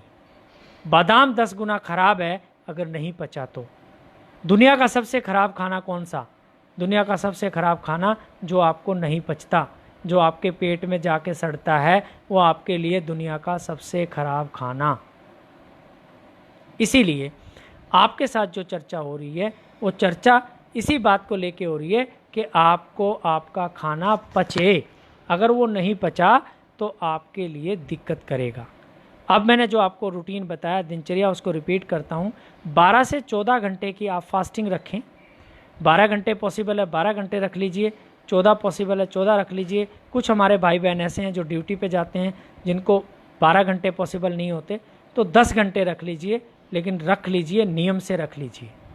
और नियम से रखने के बाद उस फास्टिंग को आप ब्रेक करें एल्कलाइन से। वो मैंने आपके साथ चर्चा की है। जो भी आपको मिल जाए, जैसा भी मिल जाए, उसके 2 घंटे बाद फ्रूट खाइए। कौन सा फ्रूट? जो फ्रूट आपको सबसे सस्ता मिले। उसके बाद आप कच्चा सलाद खाइए। उसके बाद अगर आपको पॉसिबल हो तो नारियल खाइए। उसके बाद शाम को एक वक्त खाना ले लीजिए। अगर आपको ऐसा लगता है कि मुझे 2 ही टाइम खाना खाना है, तो फिर आपको एक दूसरा नियम बताता हूँ। वो नियम ये है कि आप सुबह तो ये डाइट जो मैंने आपको बताई है ये रेगुलर रखिए, और लंच में आप अगर 4 चपाती खाते हैं तो 2 के बदले सलाद कर दीजिए। पहले सलाद खा लीजिए और 2 चपाती कर लीजिए। शाम को भी अगर आप 4 चपाती खाते हैं, 4 रोटी खाते हैं, तो आप 4 की बजाय 2 रोटी खा लीजिए, 2 के बदले सलाद खा लीजिए। ये भी आपके जीवन को बहुत अच्छे से निरोगा बनाने में बहुत ही फ़ायदेमंद होगा। लेकिन अगर आप कोई बीमारी से ग्रसित है, और बीमारी भी ऐसी है जो आपको लगता है कि कंट्रोल से बाहर है, तो फिर आप किसी विशेषज्ञ की सलाह ले लीजिए, किसी ऐसे व्यक्ति की सलाह ले लीजिए जो फूड थेरेपी में, आहार चिकित्सा में ज्ञान रखता हो। तीसरा विषय हमारा है, ये हमने आपको एल्कलाइन का विषय बताया कि ये डाइट आपकी एल्कलाइन हो गई है। अब इस एल्कलाइन डाइट में एक चीज़ और हम ऐड ऑन करेंगे आपके साथ कि आप सब्जी कैसे बनाएं। आज जो आप सब्जी बनाते हैं, उस सब्जी की जो छौंक लगाने की, तड़का लगाने की जो क्रिया और प्रतिक्रिया है, वो आज बीमारी का बहुत बड़ा एक कारण बनती जा रही है। क्यों? उसका कारण है, आप दुनिया का कोई भी तेल ले लीजिए और उसको 100 डिग्री पे गर्म कर दीजिए। 100 डिग्री पे गर्म किया गया तेल आपको बीमारियों के अलावा कुछ नहीं दे सकता, ये गारंटी। अब आप उसके अंदर क्या डालते हैं? आप प्याज डालते हैं। प्याज में बहुत अच्छी क्वालिटी का सल्फ़र है। जब आपने प्याज को भूना, वो उड़ गया। फिर आप उसमें टमाटर डालते हैं। टमाटर के अंदर जो बहुत बढ़िया लाइकोपिन था, बहुत अच्छा जो कंटेंट थे, वो आपने सब खराब कर दिए। फिर आप उसके अंदर जो भी और तत्व डालते हैं, जैसे आप लहसुन डालते हैं, अदरक डालते हैं, सबको भून लेते हैं। अब भूनने के बाद वो आपका खाना जब आपने भूना तो वो हाईली एसिडिक हो गया। जिस प्रोडक्ट को आपने इसलिए खाया था कि वो आपकी सेहत बनाएगा, वही प्रोडक्ट अब आपके डाइजेस्टिव सिस्टम पे, आपके पूरे पाचन तंत्र पे ज़बरदस्त तरीके का लोड बनाएगा एसिडिक होने की वजह से। तो फिर कैसे बनाएं? हमारे यहाँ तो ऐसे ही बनता है। उसको ऐसे नहीं बनाएं। आप सब्जी को उबाल लीजिए, जैसे आप घिया खाते हैं, तोरी खाते हैं। अगर कोई ड्राई सब्जी बनानी है तो उसको आप क्या करेंगे? स्टीम से उबाल लीजिए। स्टीम से उबाल लीजिएगा। सब्जी को कुकर में मत उबालिएगा। कुकर में सब्जी फटती है, बनती नहीं है, गलती नहीं है। आप स्टील का, अगर आपके पास मिट्टी का कोई बर्तन है तो बहुत अच्छा है। मिट्टी का नहीं है तो दूसरे नंबर पे आता है पीतल, तीसरे पे आता है लोहा, चौथे पे आता है स्टील, लेकिन एल्युमिनियम कहीं नहीं आता। आप कुकर में ना बनाएं, एल्युमिनियम में ना बनाएं। बाकी आपके पास कोई और जो भी बर्तन है, उसमें खुले बर्तन में आप उस सब्जी को बनाएं। जब वो पक जाए, हल्दी और नमक आप उसी में पहले से डाल दीजिए। जब वो पक जाए तो आपने एक मिक्सी में आपने क्या डालना है? टमाटर डालने हैं, आपने प्याज डालनी है, आपने उसके अंदर क्या डालना है? टमाटर प्याज के बाद अगर आप प्याज खाते हैं तो आप कच्चे नारियल की गिरी डाल दीजिएगा, और आप उसके अंदर हरी मिर्च डाल दीजिएगा। उसका पेस्ट बना लीजिएगा। उस पेस्ट को उठा के जो सब्ज़ी आपने बनाई है उसमें मिक्स कर दीजिएगा, और 5 से 10 मिनट उसको छोड़ दीजिएगा। आप इस सब्ज़ी को खा के देखिएगा, फिर आपको पता चलेगा कि एक्चुअल में जो स्वाद है, टमाटर का स्वाद भी आपको उसमें मिलेगा, गोले का स्वाद भी उसमें मिलेगा और प्याज का स्वाद भी आपको उसमें दिखेगा। क्यों? क्योंकि वो आपने भूना नहीं है। भूनने के बाद स्वाद सिर्फ मसाले का रहता है, बाकी और किसी चीज़ का नहीं रहता। अगर कोई आदमी ये कहता है, कोई साथी ये कहता है कि जी छोंक के बिना हमारी सब्ज़ी टेस्टी नहीं बनती, तो छोंक आप किस में लगाते हैं, घी में या तेल में लगाते हैं? तो जो घी तेल है, वो घी तेल आप अगर मान लीजिए सरसों का तेल की बात करें, तो क्या सरसों का तेल पीने में अच्छा लगता है? नहीं लगेगा। तो इसका मतलब तेल में तो स्वाद नहीं था, स्वाद था मसालों में। वो मसाले तो आप पानी से भी भून सकते हैं, पर उनको भूनना क्यों है? आप उनको उसके साथ बॉयल कर दीजिए और बॉयल करके आप उसको उसमें मिक्स कर लीजिए। इस तरीके से आप सब्जी बनाएंगे तो वो सब्जी आपकी टॉक्सिन नहीं पैदा करेगी, आपकी बॉडी के अंदर ऐसे तत्व पैदा नहीं करेगी जो आपके लिए हार्मफुल हैं, ख़राब हैं। अब अगर आपको ऐसा लगता है कि मैं तो 2 टाइम तो खाऊंगा ही, तो आप 2 टाइम का भोजन भी ले सकते हैं। सलाद पहले खाएं, बाद में आप चपाती खाएं, रोटी खाएं। और अगर आपको लगता है कि मैं 1 टाइम खा लूँगा, तो सबसे बढ़िया है 1 टाइम पका हुआ भोजन और दिन में कच्चा भोजन और रात को 12 घंटे की फास्टिंग। तीसरी चीज़, हमें जो खाना चाहिए वो ऐसा धान्य खाना चाहिए जिसमें फाइबर हो। लेकिन अगर आप देखेंगे तो गेहूं में भी बहुत ज़्यादा फाइबर नहीं है। गेहूं में भी फाइबर छिलके पे है, गेहूं में 1.2 फाइबर है। लेकिन अगर आपको कोई बीमारी है और आप उसको बहुत जल्दी से दूर करना चाहते हैं, तो आप रिच फाइबर का धान्य खाइए। रिच फाइबर का धान्य का मतलब है कि आप मिलेट्स खाइए। मिलेट्स में बहुत सारे मिलेट्स आते हैं। मिलेट्स कौन से हैं? वो मिलेट्स जिनमें फाइबर बहुत ज़्यादा है। जैसे बाजरा भी एक मिलेट है, उसमें फाइबर है। रागी भी एक मिलेट है, मक्का भी एक मिलेट है, चना भी एक मिलेट है, ज्वार भी एक मिलेट है। ये सब मिलेट हैं, इनको मोटा अनाज कहते हैं। लेकिन ये जो मिलेट हैं, ये सारे के सारे मिलेट कैसे हैं? न्यूट्रल ग्रेन है। इनमें फाइबर है, लेकिन बीज का फाइबर है। लेकिन अगर आप बीमार हैं तो आप कुछ और दूसरे मिलेट खाइए, जैसे फॉक्सटेल मिलेट है, लिटिल मिलेट है, कोडो मिलेट है, ब्रानयार्ड मिलेट है, ब्राउन टॉप मिलेट है। ये सब मिलेट हैं, आपको नेट पे मिल जाएंगे, अलग अलग कंपनियों के मिल जाएंगे। लेकिन अनपॉलिश मिलेट लीजिएगा। और अलग अलग बीमारी में डॉक्टर खादरवल्ली ने बहुत अच्छे तरीके से इस कॉन्सेप्ट पे बहुत डीपली काम किया है और बहुत बीमारियों को उन्होंने इन्हीं सिर्फ धान्यों को खिला के ठीक किया है। क्यों? क्योंकि आपका शरीर, फिर वही बात आती है, भोजन से बनता है। भोजन से बनने वाला शरीर, अगर भोजन से ही आप अच्छा बनाएंगे तो बहुत ज़्यादा अच्छा बनेगा, बहुत बढ़िया बनेगा। और जब आप भोजन को बदल देंगे तो शरीर धीरे धीरे बदलना शुरू होगा। और जैसे ही शरीर बदलना शुरू होगा तो आपके शरीर के अंदर से जितने भी रोग हैं वो सब निकल जाएंगे। एक सवाल आता है कि डायबिटीज़ वाले अगर कोई फल खाएं तो फल उनके लिए हानिकारक होता है। हाँ साहब, हानिकारक होता है कब? जब आप 3 टाइम रोटी खाएंगे, 3 टाइम चाय पिएंगे, 3 टाइम दूध पिएंगे और सारे का सारा कार्बोहाइड्रेट और फैट खाते रहेंगे, फिर फल खाएंगे और थोड़ा सा फल खाएंगे, तो वो आपको क्या करेगा? वो आपके शुगर को बढ़ाएगा। लेकिन फल की वजह से आपका शुगर इतना नहीं, जो आपने और सब चीज़ें खाई हैं उनकी वजह से बढ़ा है। इसलिए अगर जो डाइट मैंने आपको बताई है उस डाइट को अगर आप फॉलो करते हैं तो शुगर पेशेंट को डरने की ज़रूरत नहीं है फल खाने से। लेकिन उनको एक चीज़ की प्रिकॉशन की ज़रूरत है कि वो किसी भी ऐसे आदमी के सानिध्य में इस थेरेपी को शुरू करें। अगर उनको बहुत ज़्यादा शुगर है तो 250 है, 300 है, उसके साथ और भी एड ऑन कई बीमारी हैं, तो किसी ऐसे आदमी के सानिध्य में शुरू करें जो ये जानते हैं कि कैसे कैसे आपकी डाइट से और कैसे कैसे आपकी गोलियों से छुटकारा उसको करवाना है। आप उनसे सलाह करेंगे, वो आपको बताएंगे और आपकी धीरे धीरे दवाइयाँ सब छूट जाएंगी। ऐसे हज़ारों पेशेंट आज हमारे पास भी हैं, हमारे संस्थानों के पास भी हैं, बहुत सारे संस्थानों के पास हैं जो ये अच्छा कार्य कर रहे हैं और लोगों को डाइट के बारे में बता रहे हैं और डाइट से वो लोग ठीक हो रहे हैं। डॉक्टर खादरवल्ली के पास बहुत सारे हैं, बहुत सारे और हमारे साथी हैं। जो संत हरदयाराम जी इंस्टीट्यूट भोपाल में, उनके पास बहुत सारे हैं। और मोहन गुप्ता जी बहुत अच्छा काम कर रहे हैं, उनके पास बहुत सारे पेशेंट हैं। हमारे पास बहुत सारे पेशेंट हैं। सब क्या कर रहे हैं? सब आपकी मानव जाति का कल्याण कर रहे हैं, आपको अच्छी अच्छी चीज़ें बता रहे हैं। डॉक्टर विश्वरूप चौधरी भी बहुत अच्छी डाइट आपको बता रहे हैं। लेकिन इन सब अच्छी बातों के बीच में तब ये सब अच्छी बातें होंगी जब आप इसको फॉलो करेंगे अपने लिए।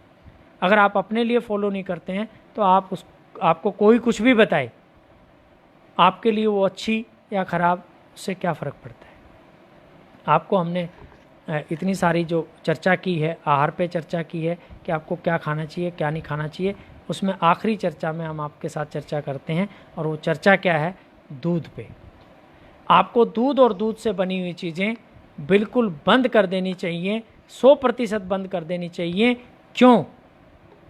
अगर आप फावड़े का और हल चलाने का काम नहीं करते हैं तो, क्योंकि दूध को डाइजेस्ट करने की पावर, अगर आप एसी में बैठ के गाड़ी ड्राइव करके सिर्फ और सिर्फ कमरे में बैठ के काम करके, सोफे पे बैठ के, कुर्सी पे बैठ के काम करके दूध को पचाना चाहते हैं तो ये काम इम्पॉसिबल है, नहीं पचता।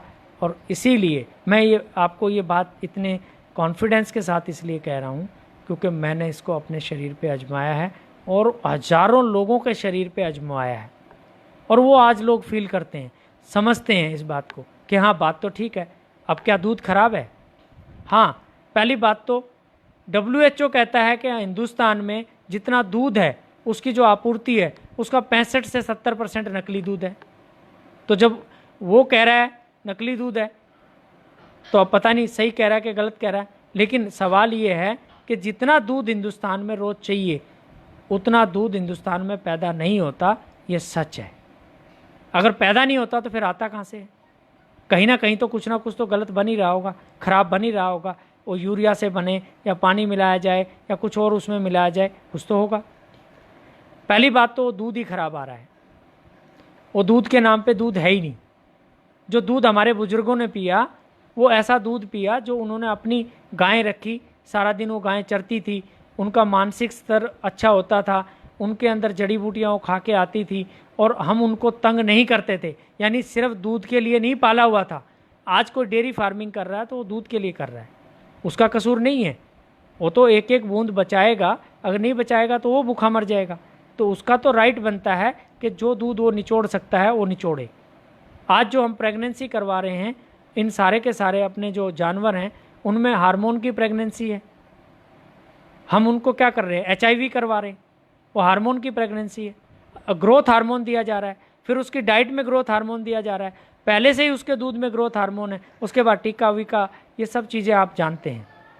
फिर भी क्योंकि दूध का आपका बहुत मोह है, मुझे भी था, आपको भी है, औरों को भी रहेगा। अगर आपको दूध पीने का इतना ही शौक़ है तो आप नारियल का दूध बना के पी लीजिए। नारियल को मिक्सी में डालिए, उसको क्रैश करिए, पानी डालिए, छान लीजिए, दूध बन जाएगा, बहुत स्वादिष्ट है। बादाम का दूध बना लीजिए, उसको भिगोइए, मूंगफली का दूध बना लीजिए। आपको दही खाने का शौक़ है तो आप बादाम के दूध की दही बनाइए, आप नारियल के दूध की दही बनाइए, मूंगफली के दूध की दही बनाइए, आप खा लीजिए अगर आपको शौक़ है तो। और छोड़ दें तो बहुत बढ़िया है कि उनको कच्चा खाइए, नारियल को कच्चा चबा चबा के खाइए, बादाम को भिगो के उसको कच्चा चबा के खाइए।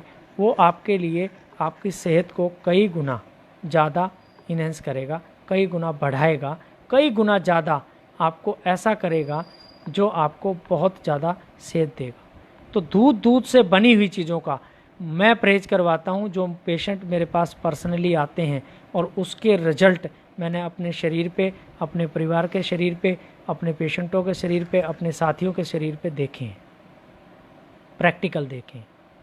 और आलू दाल छुड़वाता हूँ क्योंकि आलू में स्टार्च बहुत है, दाल में प्रोटीन बहुत है और चावल में फाइबर नहीं है। ये चीज़ें हम परहेज करवाते हैं। 12 घंटे की फास्टिंग समझाते हैं, सुबह एल्कलाइन जूस से फास्टिंग तुड़वाते हैं और चाय के प्रोडक्ट्स बिल्कुल बंद करवाते हैं क्योंकि चाय 3 दिन आपको दुखी करेगी, चौथे दिन दुखी नहीं करेगी। और आपकी सारी बीमारियों का इलाज आप घर बैठे बड़े आसानी से, बड़े बढ़िया तरीके से आप कर सकते हो। मेरे पास बहुत सारे ऐसे पेशेंट हैं जिनकी मैंने आज तक फ़ेस टू फेस शक्ल नहीं देखी। बहुत सारे मेरे ऐसे साथी हैं, बहुत सारे मेरे मित्र हैं, बहुत मेरे शुभचिंतक लोग हैं, उनसे मैं टेलीफोनिक ही मिला हूँ और उनको मैंने टेलीफोन पे ही डाइट समझाई है। उन्होंने उस टेलीफोन की डाइट को, ऐसी संख्या 1-2 नहीं है, सैकड़ों में है और अब हज़ारों में हो रही है, और उन लोगों ने टेलीफोन से ही उस बात को समझा है, माना है और फ़ायदा उन्होंने लिया है। और इतना फ़ायदा लिया है कि आज वो बड़ा अच्छा जीवन जी रहे हैं। बड़ी खुशी होती है, बड़ा मन प्रसन्न होता है कि एक आदमी जब आपको टेलीफोन करके कहता है कि भाई साहब, आचार्य जी, गुरु जी, आपने मुझे बताया था और आपके सानिध्य में रह के, आपसे बातचीत करके, मिला तो मैं नहीं हूँ लेकिन मैं आपसे बातचीत करके अच्छा हो रहा हूँ, तो आपको लगता नहीं कि वो सब वर्थ हो जाता है? आपको लगता नहीं कि आप जो काम कर रहे हैं वो काम आपका सफल हो जाता है? मेरे बहुत अच्छे मित्र हैं कुलदीप जी, उनसे चर्चा हो रही थी, उन्होंने मुझे कहा कि आप इसको फैलाइए। मैंने कहा मैं तो, मेरे पास जो कुछ है उसको बांटने के लिए तैयार हूँ। आप कोई भी लेक्चर मुझे देंगे, कोई भी मौका देंगे, तो मैं दिल से जो मुझे आता है, जो मिला है, वो मैं बांटने के लिए तैयार हूँ। तो उन्होंने जो शोध हरियाणा है, जिस पे आज फेसबुक पे लाइव आप देख रहे हैं, उन्होंने कहा हम बहुत ही जो बुद्धिजीवी लोग हैं, बहुत ही जो ऐसे लोग हैं, उन पे हम एक सीरीज चलाए हुए हैं, उनके लेक्चर करवाते हैं। आप भी एक लेक्चर करिए, आप भी जो जानते हैं वो जनता को पता होना चाहिए, बताइएगा उनको। तो मैंने कहा ठीक है, ये आपका आभार है, ये आपका प्यार है। आज मुझे शोध हरियाणा ने अपने फेसबुक के पेज पे लाइव आने का मौका दिया।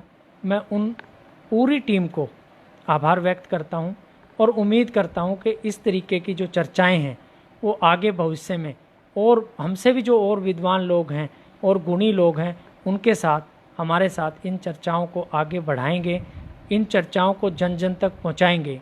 क्योंकि आज मेरा देश, आपका देश, ये हमारा भारत कहीं ना कहीं ऐसी चीज़ से पीड़ित है कि हम कमा के 10 रुपये लाते हैं और इस बीमारी के जाल में, इस महामारी के जाल में हम फंस जाते हैं, और ऐसा फंस जाते हैं कि हमें कोई रास्ता नज़र नहीं आता।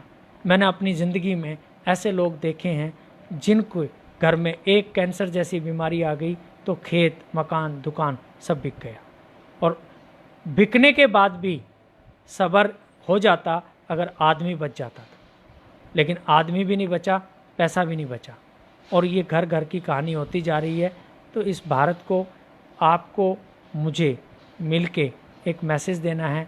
इसके लिए जो हम कार्य कर सकते हैं वो कार्य यही है कि इन सब चीज़ों को, अच्छी चीज़ों को हम फैलाएं, बताएं। अगर किसी पेशेंट को या किसी भाई को कोई डाउट हो, कुछ ऐसा हो, पूछना हो, तो मैं आपको अपना नंबर दे देता हूं। हालांकि मुझे उससे थोड़ी परेशानी बढ़ेगी क्योंकि फ़ोन आएंगे, लेकिन कोई बात नहीं है। आप ही इस मुहिम में जब जुड़ेंगे, इस मुहिम को आगे बढ़ाएंगे, तो उस मुहिम को आगे बढ़ा के, उसको करके आप सब मेरे साथ कहीं ना कहीं, किसी न किसी तरीके से जब जुड़ेंगे तो आप भी एक इसका पार्ट होंगे, और उस पार्ट को आप आगे ले जाके किसी दूसरे को देंगे। तो ये भी एक धर्म का काम है, ये भी एक सेवा है। कोई ज़रूरी नहीं है कि हम पैसे से ही सेवा करें, तन से ही सेवा करें। हम किसी को अच्छी चीज़ बता के भी सेवा कर सकते हैं। शुरुआत में हो सकता है लोग कम बात मानेंगे, ज़्यादा मानेंगे, लेकिन ये पक्की बात है, जो एक बार मानेगा वो फिर हमेशा मानेगा। क्यों मानेगा? क्योंकि उसको इस चीज़ की ज़रूरत है। जो आज उसको चाहिए वो हम उसको, जो हमारे पास है, दे सकते हैं।